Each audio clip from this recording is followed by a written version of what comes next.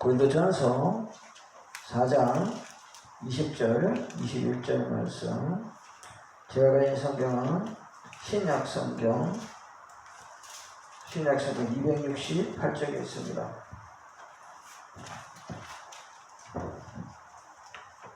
신약성경 268쪽. 다 찾으셨나요? 아직까지 더 찾으면 계시면 조금 더 이따 찾으셔도 됩니다. 고린도전서 4장 20절에서 21절 말씀을 같이 합독합니다. 20절. 하나님의 나라는 말에 있지 아니하고 오직 능력이 있으리라. 너희가 무엇을 원하느냐? 내가 매를 가지고 너희에게 나아가랴. 사랑과 온유한 마음으로 나아가랴. 아멘. 오늘 말씀은 성도가 지켜야 될 5가지에 대해서 말씀을 나누도록 합니다. 아버지 감사합니다. 성도가 지켜야 할 5가지에 대해서 알게 하시고 깨닫게 하여 주시옵소서. 모든 것 좋게 부탁드리며 거룩한 예수님 이름 받들어 기도드립니다. 아멘. 인사해 주셔서 잘 오셨습니다. 아까도 인사했는데 아까는 드렸고 지금은 많이 하시네요. 그래 잘 오셨습니다. 오늘 말씀을 통해서 저는 여러분에게 성도가 지킬 5가지가 뭔지에 대해서 한번 나눠보도록 하죠. 첫 번째, 세상에는 모든 물건이 다 모형이 있습니다. 우리 주님께서는 당신의 형상대로 만드셨어요. 그러니까 여러분은 옆에 분이 오늘 주님이라 생각하시고 얼굴 한번 보셔요. 주님 닮았습니까? 닮게 느끼는 분들은 주님의 향기가 나는 분들입니다. 저는 말씀드리지만 하나님께서는 우리에게 당신의 형상대로 우리를 만드셨어요. 그래서 우리는 어떤 면에서는 예수님의 모형, 하나님의 모형, 그런 모형이죠. 그렇기 때문에 저는 말씀드리지만 예수 믿는 사람은 주님의 향기가 몸에서 나야 된다는 사실을 여러분에게 말씀을 드립니다. 그렇기 때문에 성도는 예수 그리스도를 닮는 과정이 완전하게 성도가 되는 길이죠. 그래서 보리떡 같은 인생이라도 마음속에 무엇이 담겨 있느냐에 따라서 말과 행동이 달라집니다. 야고보서 3장 1절 5절 말씀 보면 그렇습니다. 저는 왜 여러분 길을 나가기 전에 말에게 재갈을 물리느냐? 이유가 있습니다. 말이 입에 재갈을 물리면 풀 뜯어먹을 생각하지 않고 오직 입에 물려있으니까 아니까 그냥 갈 뿐입니다. 그렇기 때문에 소도 먹으리를 씌우고 말도 재갈을 물리죠. 왜 그러냐면 집중하라고 그럽니다. 여러분 우리도 마찬가지입니다. 여러분 무건 수행이라는 말을 쓸 수가 있습니다. 무건이란 말은 말을 하지 마라. 근데 말 많은 사람은 실수가 많습니다. 말이 적은 사람과 말이 많은 사람 보면 말이 많은 사람은 항상 실수를 하는데요. 말의 모범이 되면 성도의 요소가 되죠. 말로서 복음을 전할 수도 있고 말로서 마귀를 쫓을 수도 있고 말로서 사람을 감화 감동할 수 있는 겁니다. 그렇기 때문에 우리는 우리 몸의 대변인은 말이죠. 그래서 말 한마디가 사랑을, 말 한마디가 죽음을 우리는 할 수 있습니다. 저는 여러분에게 오늘도 말씀드리고 싶은 것은 우리는 중국의 6대 우리는 나라 시대에 6나라 시대에 진나라의 소진이라는 사람이 있었어요. 이 사람은 말로서 6나라를 통일했습니다. 저는 여기서 보면 중요한 것은 우리는 말로서 내 생명을 대변할 수 있다는 거죠. 그래서 저는 그렇습니다. 모든 것들이 큰 배든 비행기든 자동차든 여러분 키 하나로 여러분 움직이는 사실을 여러분 기억하시기 바랍니다. 결국은 여러분 인격은 말로 나오는 거죠. 그때 말에 대한 중요성을 저는 여러분에게 부탁을 드리고 싶습니다. 그래서 말이라는 것은 우리는 할 자리겠고 하지 않을 자리가 있는데 말이라는 것은 참 하기 쉽지만 지키기도 어려운 것이 말입니다. 제가 그래서 여러분이 오늘 말씀드리고 싶은 것은 성경에 보면 마태복음 17장 1절에서 4절을 한번 펴보세요. 마태복음 17장 1절에서 4절을 한번 펴보시면 여러분 무슨 말이 있는지 한번 보시기 바랍니다. 마태복음 17장 1절에서 4절을 한번 보시죠. 다 찾으셨나요? 마태복음 17장 1절에서 4절 같이 읽습니다.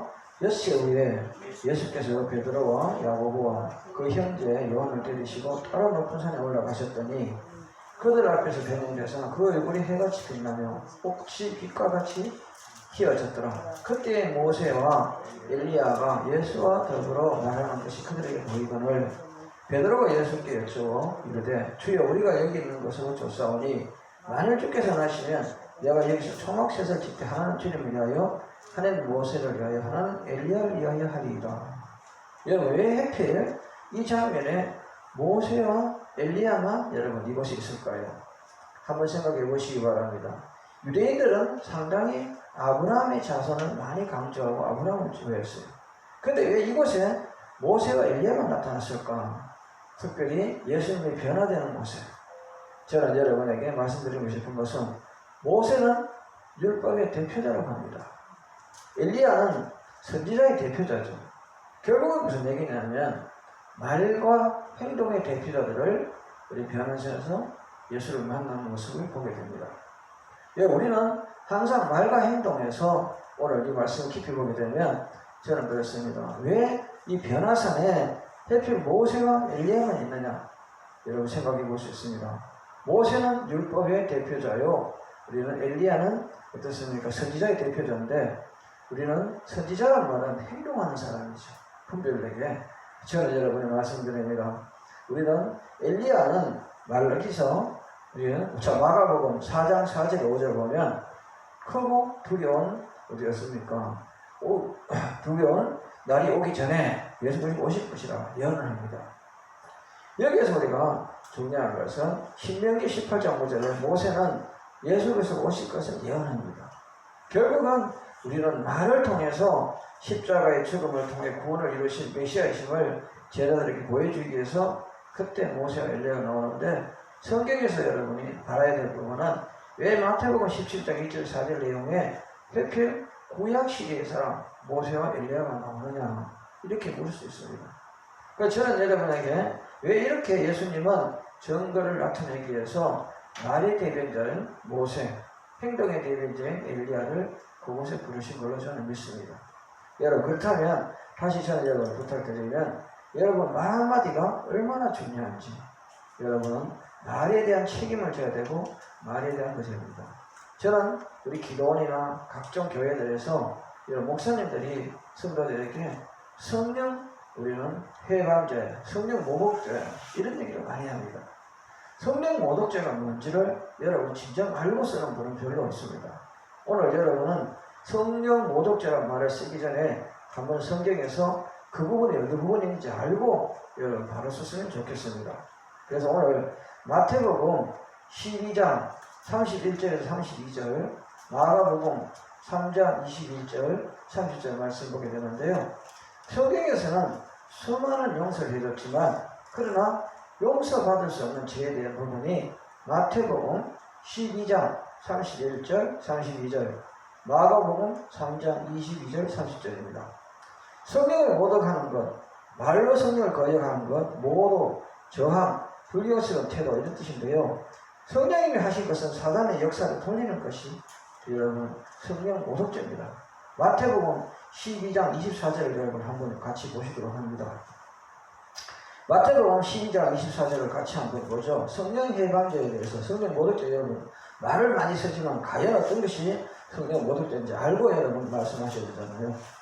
마태복음 12장 24절 바리새인들 듣고 이르되 이가 귀신왕 바알세불을 힘입지 않고는 귀신을 쫓아내지 못하느니라 하거늘 여기에서 여러분 중요한 것은 이것이 성령 모독죄라는 것을 여러분 얘기합니다. 이제까지 여러분이 잘못하고 있다면 성령 해방죄, 성령 모독죄 목사님이 얘기하는 걸 안 들으면 성령 해방죄고 여러분 어린아이가 예배드리는데 울면 성령 해방죄입니까? 아닙니다. 저는 여러분 바로 알고 바로 믿고 바로 전하는 것이 목자요 성도들이라는 것을 명심하시고 성령 모독죄는 어디 있느냐? 우리는 마태복음 12장 31절 32절 마가복음 3장 22절 3절 말씀을 여러분 읽어보시고 여러분 마태복음 오늘 12장 24절 말씀을 한번 읽어보시면 성령 모독죄가 뭔지를 알게 됩니다. 그래서 용서받지 못할 죄는 없어도 용서받지 못할 죄는 없어도 용서받지 못할 상태는 있습니다. 무슨 얘기냐면 회개하면 용서를 받는데 회개하지 않으면 용서받지 못합니다. 그러니까 용서받지 못할 죄는 없어도 용서받지 못할 상태가 있다. 이걸 명심하시고 용서받지 못할 죄는요, 지었다고 걱정하는 자체가 용서받는 겁니다. 여러분, 그래서 성령 모독죄라는 말을 여러분 함부로 쓰시지 마시고 여러분은 한 번 더 이 부분을 찾아보시고 여러분은 말에 대해서 조심하시기 바랍니다.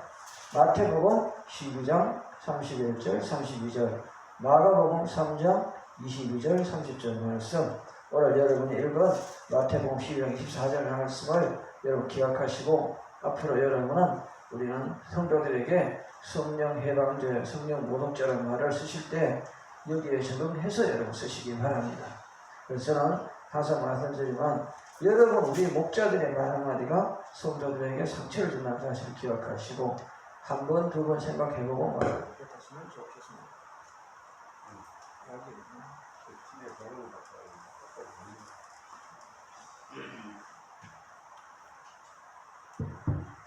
그렇습니다. 성령 해방대회에서 모독죄를 알게 됐습니다. 그러면 안식일에 대해서 여러분이 많은 여러분 말씀들을 합니다. 저는 여러분에게 말씀드리고 싶은 것은 과연 우리는 지금 율법에 대해서 여러분 먼저 알고 하셔야 되는데 율법이 뭐냐? 예수께서 완성시켰다는 얘기는 여러분 많이 씁니다. 근데 저는 여러분에게 율법의 완성에 대해서 오늘 말씀을 정리하고자 하는데요. 구약이 있고 신약이 있으면 여러분 지키셔야 됩니다. 율법은 구약에 있는 말이 신약에서 지켜야 되죠. 그게 뭐냐? 도덕법입니다. 부모를 사랑하라. 이 내 선생님과 사랑하라. 이거 다 여러분 이거는 율법에 있는 조항인데 신약에도 있고 구약에도 있습니다. 이것은 지켜야 됩니다. 그러나 여러분 구약에 있고 신약에 없는 것은 지키지 않아도 됩니다. 율법에 대해서 여러분 오늘 여러분 자유하시기 바랍니다. 율법은 이루어진 것이 완성이라 했습니다. 율법은 결국 어느 게 율법이냐? 그렇습니다. 구약에도 있고 신약에 있는 것은 도덕법을 지켜야 됩니다. 아멘입니까? 그러나 여러분 구약에 있는데 신약에 없는 것은 지킬 필요가 없습니다. 그것은 예를 든다면 제사법이죠. 제사법은 지키지 않아야 됩니다. 그러면 여러분 중요한 것은 제사법은 완전히 피했죠. 그 오늘 말씀에서 율법의 정리에 대해서는 확실하게 여러분 이제부터 자신 있게 말씀하시기 바랍니다. 구약에 있으면서 신약에 있는 것을 지켜라. 도덕법, 아멘, 사회법. 그러나 여러분 구약에 있는데 신약에 없는 것은 지키지 마라. 왜? 그것은 어떤 면에서는 여러분 구약에는 있는데 신약이 없다. 그걸 왜 지켜야 돼요? 그게 뭐냐? 제사법이죠. 우리는 율법을 나도 모르게 지키는지 모른다. 간섭, 습관을 통해서. 그러나 오늘 여러분은 제 설교 듣는 분들은 여기에서 이제는 율법에 대한 완성의 의미를 깨달으시기 바랍니다. 그래서 도덕법은 지켜라. 그러나 제사법은 예배로 바뀌었기 때문에 지킬 필요가 없다. 이걸 여러분 사회법은 지켜야 되는 것도 있고 지키지 않아야 되는데 구약에 있는 것이 신약에서 무조건 지켜라. 율법의 완성에 대한 얘기를 여러분이 전했습니다. 그런데 여러분 우리는 왜 안식일에 대해서 여러분 이제 많은 얘기들을 합니다. 안식과 휴일의 차이를 여러분은 아셔야 됩니다. 안식은 정확하게 안식일 언제입니까? 물으면 여러분은 일요일입니다 합니다. 틀렸습니다. 안식일은 토요일이 맞습니다. 그러나 휴일의 날, 주님의 날은 일요일입니다. 왜냐하면 우리는 성금요일이라는 말을 많이 씁니다. 성금요일은 예수님이 십자가에 달려 돌아가신 날이 성금요일입니다. 아멘입니까? 성금요일이 많습니까? 아닙니다. 아닙니다. 성금요일은 예수님 십자가에 달려 돌아가신 날입니다. 그 다음에 사흘 후 그날이 일요일입니다. 아멘입니까? 그날이 주일입니다. 그날 주님은 부활하셔서 나를 기념하라. 그래서 이 날을 기념하는 것이 주일이에요. 그래서 주님의 날이라는 말입니다. 사랑하는 성도 여러분, 이제는 우리가 안식일의 허구성에 대해서 여러분 알아야 됩니다. 우리는 주일날은 여러분 중요합니다. 주님의 날, 그렇게 지켜야 되는 거죠. 그래서 제가 말씀드립니다. 안식과 주일의 차이. 안식일은 토요일입니다. 절대 일요일 안식이나 하면 큰일 납니다. 그러면 성경을 모독하는 거죠. 저는 여러분에게 정확하게 말씀을 드립니다. 그러면 성금요일날 주님이 십자가 달려 돌아가시고 주일날 부활하셨다. 그를 기념하라. 그래서 주일날 우리가 예배 드리는 겁니다. 아멘입니까? 이제까지 여러분은 안식에 대해서 정확히 정리가 안 됐다면 이 부분을 정리하시기를 바랍니다. 그리고 오늘도 저는 여러분과 말씀드리면 과연 우리는 그렇습니까? 우리는 주님께서는 우리에게 뭘 원하는지 저는 여러분 말씀드립니다. 우리는 쟁이가 되어야 됩니다. 예수 쟁이가. 그런데 우리는 쟁이가 되지 않았습니다. 예수 쟁이가 되어야 예수를 옳게 믿는 겁니다. 우리 옛날에 보면 어떻습니까? 장사하는 사람들을 쟁이라고 합니다. 그 다음에 우리는 칠한다 그러죠. 선생질, 무슨 질 이러죠. 그 전문가를 뜻합니다. 여러분 우리는 전문가가 되어야 됩니다. 그 예수 믿는 분은 예수의 전문가가 되어야 되는데 전문가가 안 되니까 시끄럽습니다. 오늘 저는 여러분에게 부탁드리고 싶은 것은 우리는 예수 부분에 대해서는 전문가가 돼야 돼요. 그게 말씀드리고 싶었고요. 살아있을 때 여러분 예수 잘 믿어야 됩니다. 살아있을 때. 죽어서 한번 예수 잘 믿으면 안 됩니다. 살아있을 때 주님의 이름을 한 번에 더 부른 자가 진정한 여러분 신앙이 있는 것을 기억하시기 바랍니다. 그래서 우리는 어떤 면에서는요, 지금 성도들이 가장 실수하는 부분이 요즘은 인터넷에 내 신앙을 많이 맡기고 주일날 예배라고 이런 거 인터넷에서 많이 봅니다. 근데 중요한 것은 이단들이 인터넷에 많이 올랐다는 사실을 기억하시고 분별하지 않고 들어보지 마시기 바랍니다. 여러분 인터넷을 보면 지금 인터넷에 신천지라든지 이단들이 인터넷에 굉장히 많이 올리고 있습니다. 통일교, 지금 정변석이 관계되는 재단들, 여러 재단들이 인터넷에 많이 올라옵니다. 그런데 우리는 분별하지 못하고 설교 한번 들으면 넘어갈 정도로 설교가 기가 막히게 넘어갑니다. 너무 은혜로웠습니다. 그러나 실제 그 안에 들어있는 것은 여러분 생각해 보시기 바랍니다. 저는 여러분 절대 여러분 주님 오실 때 에쿠스 타고 오지 않습니다. 무조건 주님은 그룹 타고 오십니다. 아멘입니까? 인간이 만든 걸 타고 온 것은 승이 될 수 없습니다. 저는 여러분 이단은 뭐냐? 인간이 만든 건 다 이단입니다. 아멘입니까? 주님보다 더 좋아하는 건 다 이단입니다. 저는 여러분 이단의 정체성에 대해서 여러분 다시 한번 생각해 보시고 여러분 인간이 만든 것 가지고 얘기하는 다 이단입니다. 그 다음에 여러분 우리는 주님보다 더 사랑하면 다 이단입니다. 그 다음에 절대 여러분 우리는 주 예수 그리스도는 하늘에서 내려오시지 땅에 있지 않는다. 이걸 여러분 명심하시고 절대 유혹되는 영에 넘어가지 않기를 바랍니다. 마지막 시대는요 여러분 많이 넘어집니다. 그래서 오늘도 제가 말씀드리지만 우리의 말 한마디가 이단이 될 수 있고 삼단이 될 수 있는 겁니다.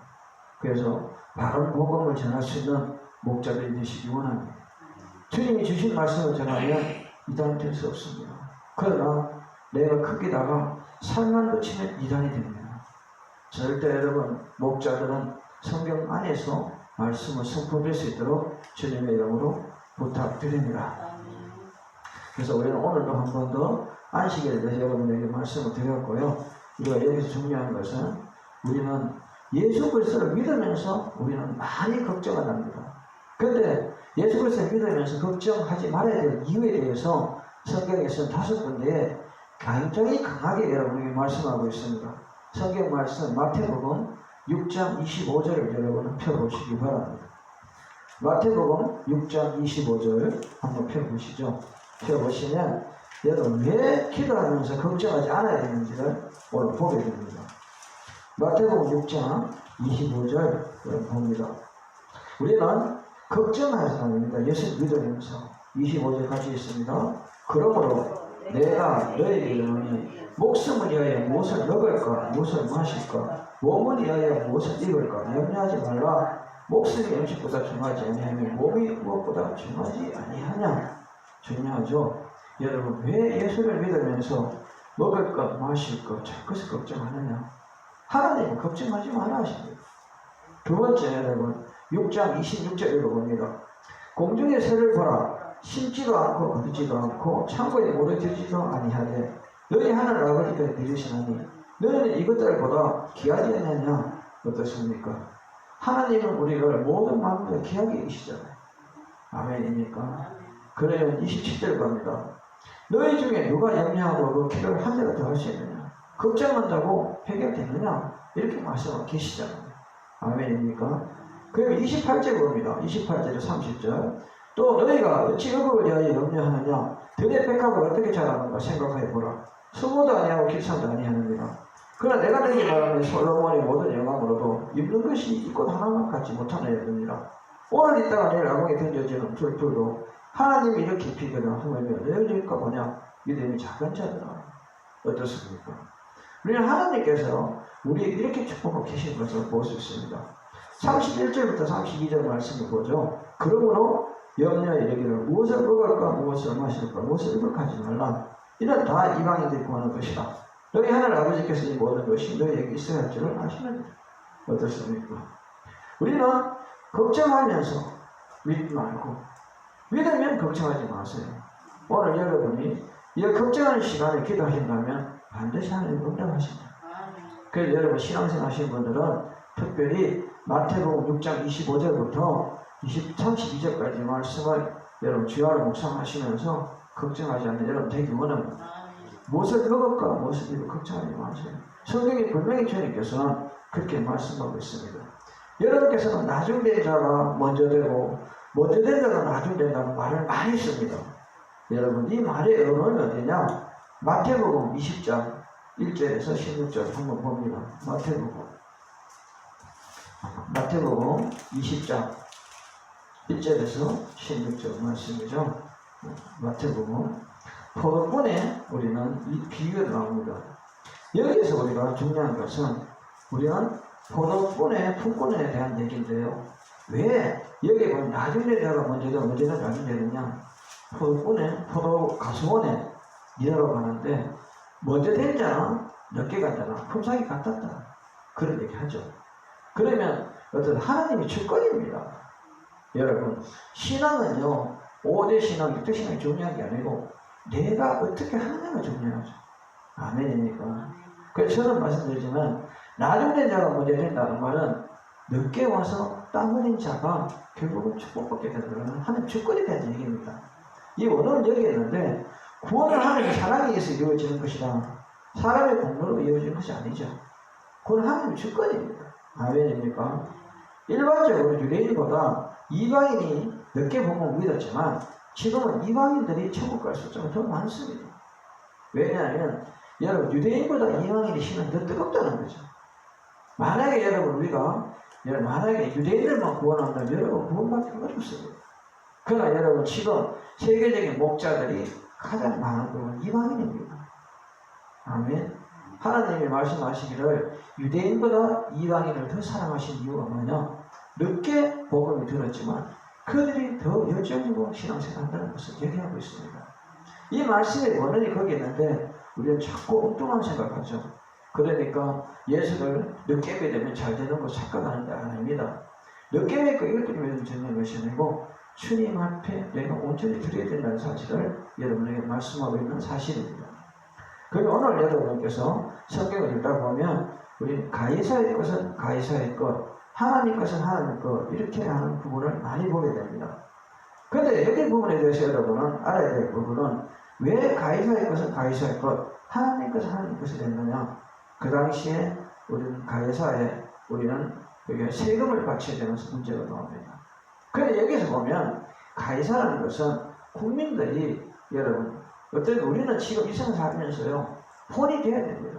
예수 믿는다고 여러분 세상과 던지고 오직 주만 바라본다고 범죄를 다 하면서 그러면 안 된다는 거죠.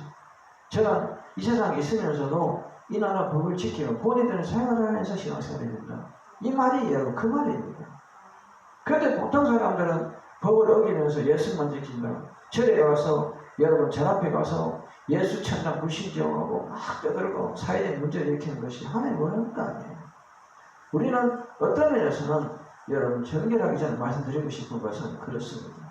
사회법도 지키면서 혼이 되면서 신앙생활하는 것이 하나님 원하는 거죠.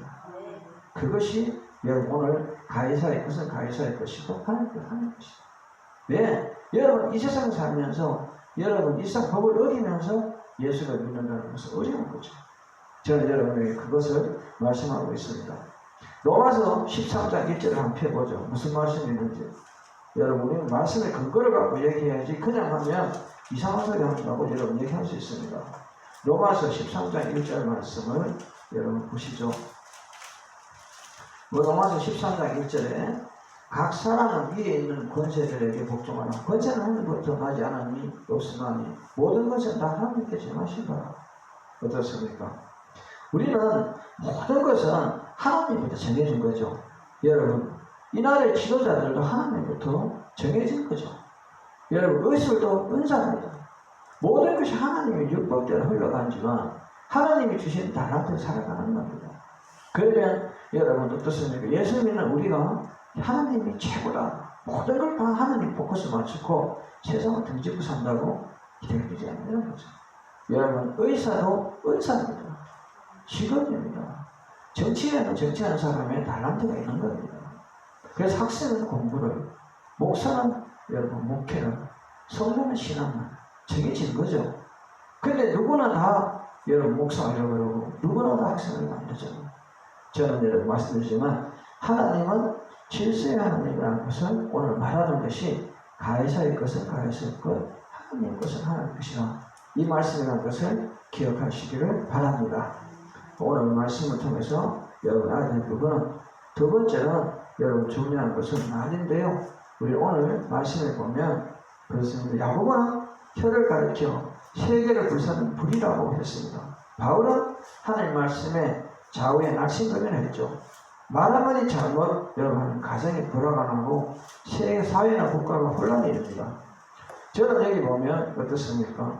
빌립과 안드레 강야에서 보게 됩니다. 빌립의 생각과 안드레의 생각 차이는 뭡니까? 보리떡 5개 물고기 2마리 가진 아이에게 있는 도시락을 가지고 한 사람은 부정적인 생각, 한 사람은 긍정적인 생각입니다. 여러분 우리의 보리떡 5개와 물고기 2마리 여러분 생각에 따라서 달라집니다. 이걸 갖고 주님을 조져서 저 많은 자들을 먹일 수 있을까 기대하는 사람이 있고 여러분 이것은 아무것도 아니야 그냥 포기한 사람이 있습니다. 여러분 보리떡 5개 물고기 2마리가 주님의 손에 가니까 기적이 나타납니다. 여기서 만약 우리 나이가 보리떡 5개 물고기 2마리 내가 먹을 거야 난 줄 수 없어 기적이 나타날 거예요. 저는 여기에서 뭘 발견해야 되냐면 어린아이의 헌신을 보게 됩니다. 여러분 만약에 여러분 생각해 보십시오. 예수님이 기적을 나타낸 그것만 여러분 포커스 맞춰 봐서 그렇지 사실적으로 보리떡 5개 물고기 2마리 주인은 어린아이입니다. 그 아이가 욕심내고 주지 않았으면 어떻게 됐을 거예요? 만약에 여러분 여기 빌립과 안드레가 있는데 주님 앞에 그것을 드리지 않았으면 어떻게 됐을까요? 아이가 한참 얘기고 보리떡 5개 물고기 2마리 니나 배불리 먹어라 어떻게 됐을까요? 저는 여러분 기적에는 반드시 씨앗이 있다는 사실을 명심하시기 바랍니다.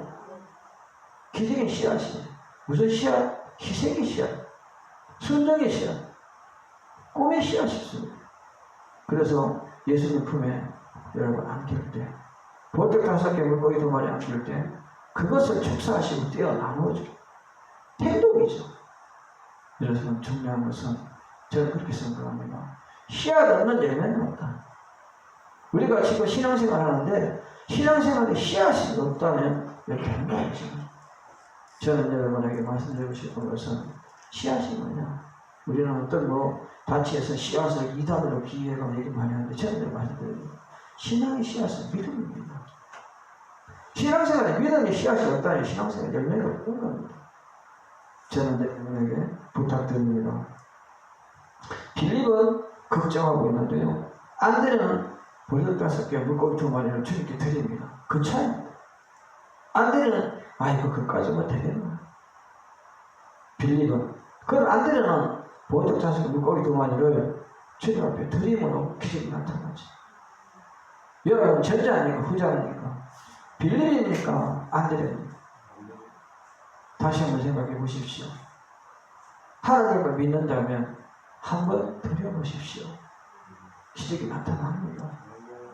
저는 여기에서 성도의 말 한마디 생각 하나의 차이죠. 어떤 면에서는 그렇게 생각합니다. 우리는 한날은요, 어느 친구 둘이가 소 한 마리를 시장에 팔러 갑니다. 근데 소를 팔러 가는데 한 친구가 묻습니다. 소를 왜 그렇게 귀한 소를 팔러 가느냐. 이 소가 다른 건 다 잘하는데 나무에는 안 올라가란다. 그래서 나무에 안 올라가기 때문에 이 소를 팔러 간다. 이 친구가 생각해 소가 그렇게 말도 잘 듣고 짐도 잘 짓고 하는데 나무에만 안 올라간다니까 자기가 탐을 내서 친구한테 시장 갈 것도 없이 얘한테 팔아라. 친구가 그 소를 샀습니다. 이 친구는 나무에 분명히 올리지 마라. 나무에만 안 올라가면 니 잘한다. 그러니까 이 주인은 너무 기뻤습니다. 싸게 샀으니까. 집에 와서 여러분 밭에 이렇게 제기질도 잘하고 짐도 싣고 다 다니는데 너무 좋은 거예요. 근데 어느 날 이제 배가 있습니다. 배 위에 짐을 싣고 올라갔네요. 배 위에 올라서는데 이 소가 발악을 합니다. 안 올라가요. 그러니까 소가 나중에는 발악을 하고 도망을 가요. 근데 그 친구가 찾아가서 묻습니다. 야 친구야, 그 소가 배를 안 탄다고 나한테 얘기해야지 왜 얘기를 안 해가지고 소가 도망가고 내가 힘들게 해. 이 친구야, 내가 분명히 나무에 올라가지 마라 했잖아. 나무에 올라가면 안 된다 했잖아.